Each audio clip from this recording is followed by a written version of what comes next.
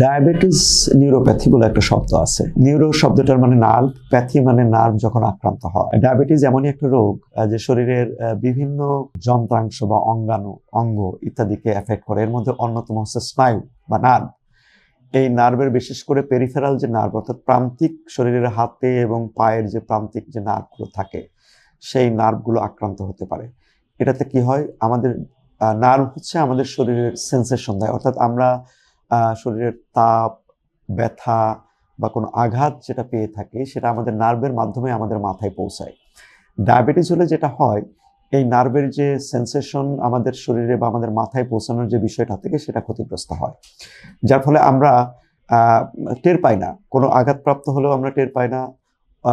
Even অনেক ক্ষেত্রে হয় যে আগুন লাগলেও আমরা টের পাই না, কোনো জায়গায় কেটে গেলেও টের পাই না।